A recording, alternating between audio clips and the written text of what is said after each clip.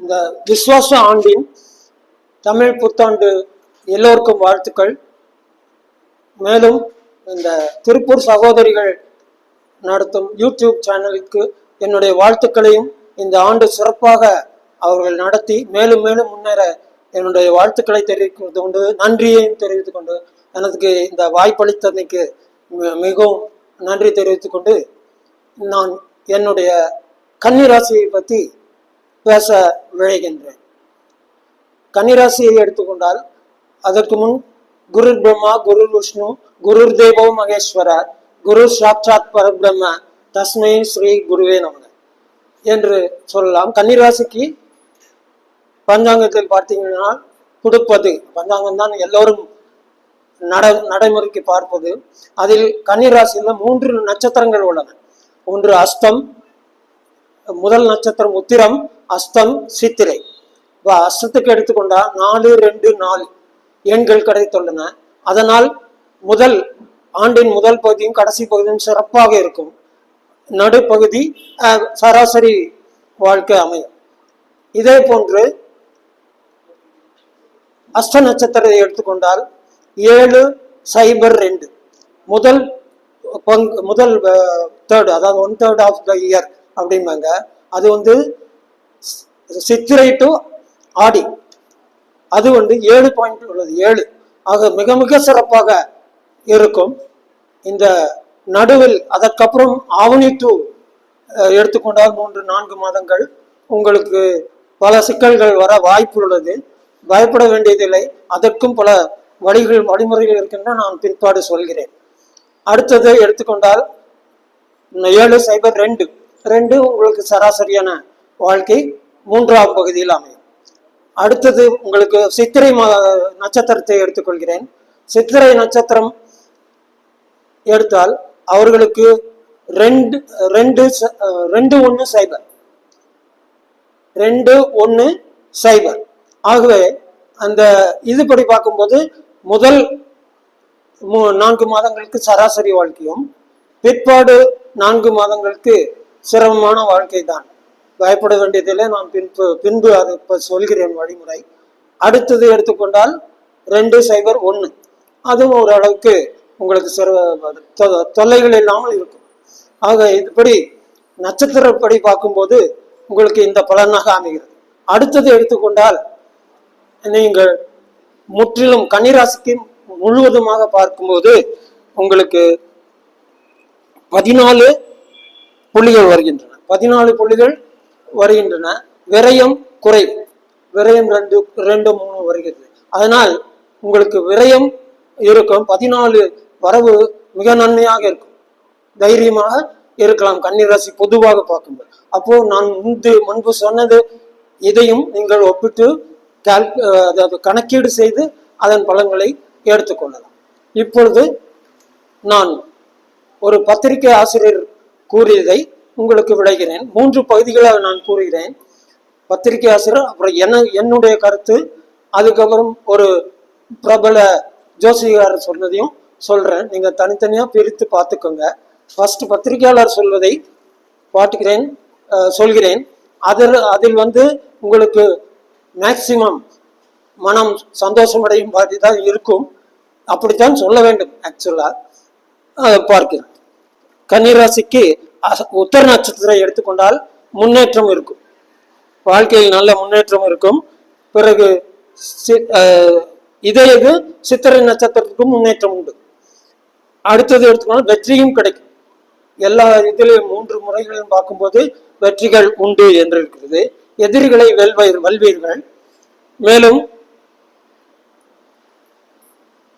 Problems, அதாவது சங்கடங்கள் இருக்கலாம், அதை ஓவர்கம், அதாவது வென்று விடுவீர்கள்.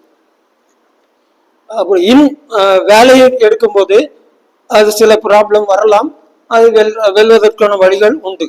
அடுத்தது ஏப்ரல் டு ஜூன் எடுத்துக்கொண்டால் முன்னேற்றம் இருக்கும். இது சொல்வது உங்களுக்கு உத்தர நட்சத்திரத்துக்கு சொல்கிறேன். ஜாப் எடுத்துக்கொண்ட வேலையில் எடுத்துக்கொண்டால் அந்த பகுதி மாதங்களில் உங்களுக்கு உங்களுடைய திறமை வெளிப்படும். டேலண்ட் என்று சொல்வார்கள். அந்த திறமையானது வெளிப்படும். மேலும் நீங்கள்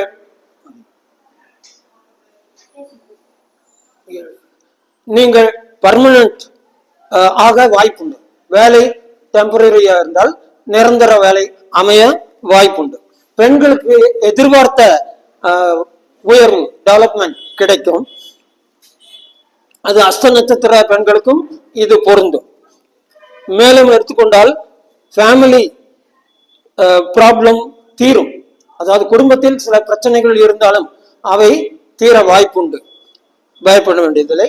நல்லது, பொதுவாக நல்லது நடக்கும். வழக்கு வம்புகள் இருந்தால் அது முடிவுக்கு வரும், உறுதியாக சொல்லலாம். வழக்கு வம்புகள் முடிவுக்கு வருவது உறுதியாக சொல்லலாம். இதே தான் அஷ்டத்துக்கு. அஷ்டம் எடுத்துக்கொண்டால் முன்னேற்றம் இருக்கு, வழக்கு வம்புகள் முடிவடையும். டபுள் லக் என்று சொல்லலாம். அதாவது தினேஷ், ஜோதிடர் தினேஷ் சொல்வார்கள், முதல் நட்சத்திரம் எடுத்தால் உங்களுக்கு உத்திரம், அது உடலற்ற தலையற்ற நட்சத்திரம். இது அஷ்டம் எடுத்துக்கொண்டால் முழு நட்சத்திரம். முழு நட்சத்திரம் அதிர்ஷ்டத்தை செய்யும். நீங்கள் எந்த ராசியை எடுத்துக்கொண்டாலும் முழு நட்சத்திரம் நல்ல பங்கு வகிக்கும், உங்களுக்கு நல்லதே செய்யும். அதே போல் அடுத்தது எடுத்துக்கொண்டால் சித்திரை, அது காலற்ற நட்சத்திரம். ஆக இதுவும் நாம பார்க்க வேண்டியது இருக்கு. இதெல்லாம் பார்க்கும்போது உங்களுக்கு அஷ்டத்துக்கு டபுள் லக், 2 லக் என்பது வரும். அடுத்தது முயற்சி செய்தால் மிகப்பெரிய வெற்றி அடையலாம். குரு சார்பாக பார்க்கும்போது 10ல் இருப்பதால் வேலை நெருக்கடி வரும். வேலை நெருக்கடி வந்தாலும் பிசினஸில் தடை வரலாம். அது இன்கம் அதிகமாக இருக்கும். ஏனெனில் குரு 2ஆம் இடத்தை பார்க்கிறார். ஆனால் இன்கம் உறுதியாக அதிகமாக இருக்கும். அதை எடுத்துக்கொண்டால் செவ்வாய் பலமாக இருந்தால் இது மாறி நடக்கும். எப்படி? ஜாப்ல எந்தவித இதுவும் இருக்காது, வியாபாரத்திலும் நல்லபடி நடக்கும். அடுத்தது எடுத்துக்கொண்டால் அரசாங்க வேலை, அவர்களுக்கு எந்தவித பிரச்சனையும் இருக்காது, சுமூகமாக செல்லும். அடுத்தது சுப நிகழ்வுகள். இதில் அஸ்தம் நட்சத்திரத்துக்காரர்களுக்கு வீட்டில் சுப நிகழ்வுகள் நடக்க வாய்ப்புகள் உண்டு. அதே போல் சித்திரை நட்சத்திரக்கும் சுப நிகழ்வுகள் நடக்க மிகுந்த வாய்ப்புகள் உண்டு. அதே வேலையில் வெற்றி அடையலாம். புதிய முயற்சிகள் வெற்றியாகும். புதிய முயற்சி எடுத்துக்கொண்டால் அதில் நிச்சயம் வெற்றி அடைவீர்கள். குழந்தைகளின் கல்வி, சித்திரை நட்சத்திரக்கார குழந்தைகளின் கல்வி உயரும். கல்வியில் உறுதியாக மதிப்புகள் பெற்று அடுத்த நிலைக்கு உயர்வார்கள்.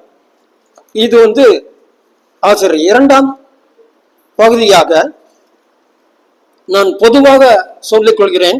கன்னி இடத்தை சனி பார்க்கிறது, 4ஆம் இடத்தை சனி பார்க்கிறது, 9ஆம் இடத்தை பார்க்கிறது. இது ஏன் சொல்கிறேன் என்றால் இதை வைத்தும் நீங்கள் உங்களுடைய பலன்களை அறியலாம். குரு எடுத்துக்கொண்டால் 2ஆம் இடத்தை பார்க்க, ஏற்கனவே சொல்லிவிட்டேன். பணவரவு, பணஸ்தானம் குரு 2ஆம் இடம், அதனால் பணவரவு இருக்கும். 4ஆம் இடத்தை குருவும் சனியும் 2ம் பார்க்கிறது. அப்பொழுது என்ன என்று கேட்டால், நீங்கள் பழைய வீடு வாங்கலாம், பழைய வாகனங்கள் வாங்கலாம். அதற்கு குரு உறுதுணையாக நிற்பார்கள். அடுத்தது எடுத்துக்கொண்டால் சனி 9ஆம் இடத்தை பார்க்கிறார். 9ஆம் இடத்தை பார்க்கும்போது பாக்கியஸ்தானம், அது கொஞ்சம் குறைய வாய்ப்பு இருக்குது. இருந்தாலும் புதன், கன்னியினுடைய அதிபதி புதன், அது உங்களுக்கு கண்டிப்பாக நன்மையை கொடுப்பார், ஓரளவு தீமை குறைப்பார். அதனால் 9ஆம் இடத்தை பார்ப்பது அவ்வளவு, அது சுக்கிரன் வீடாக இருப்பதால் உறுதியாக நன்மை நடக்கலாம். அடுத்தது மிக முக்கியமான, எல்லா ராசிக்கும் உண்டான ஒரு பாயிண்ட், ஒரு ஹிண்ட்ஸ் கொடுக்கிறேன். மற்றவர்கள் வேண்டுமானாலும் குறித்துக் கொள்ளலாம். 1லிருந்து 12 ராசி வரிசையாக எழுதிக்கொள்ளும். நான் ஒவ்வொரு ராசிக்கும் ஒரு எண் சொல்லுவேன், அதை குறித்துக் கொள்ளுங்கள். இப்பொழுது சொல்கிறேன், அது எதற்கு என்பதை சொல்கிறேன். இது சனிக்குரிய எண்கள்.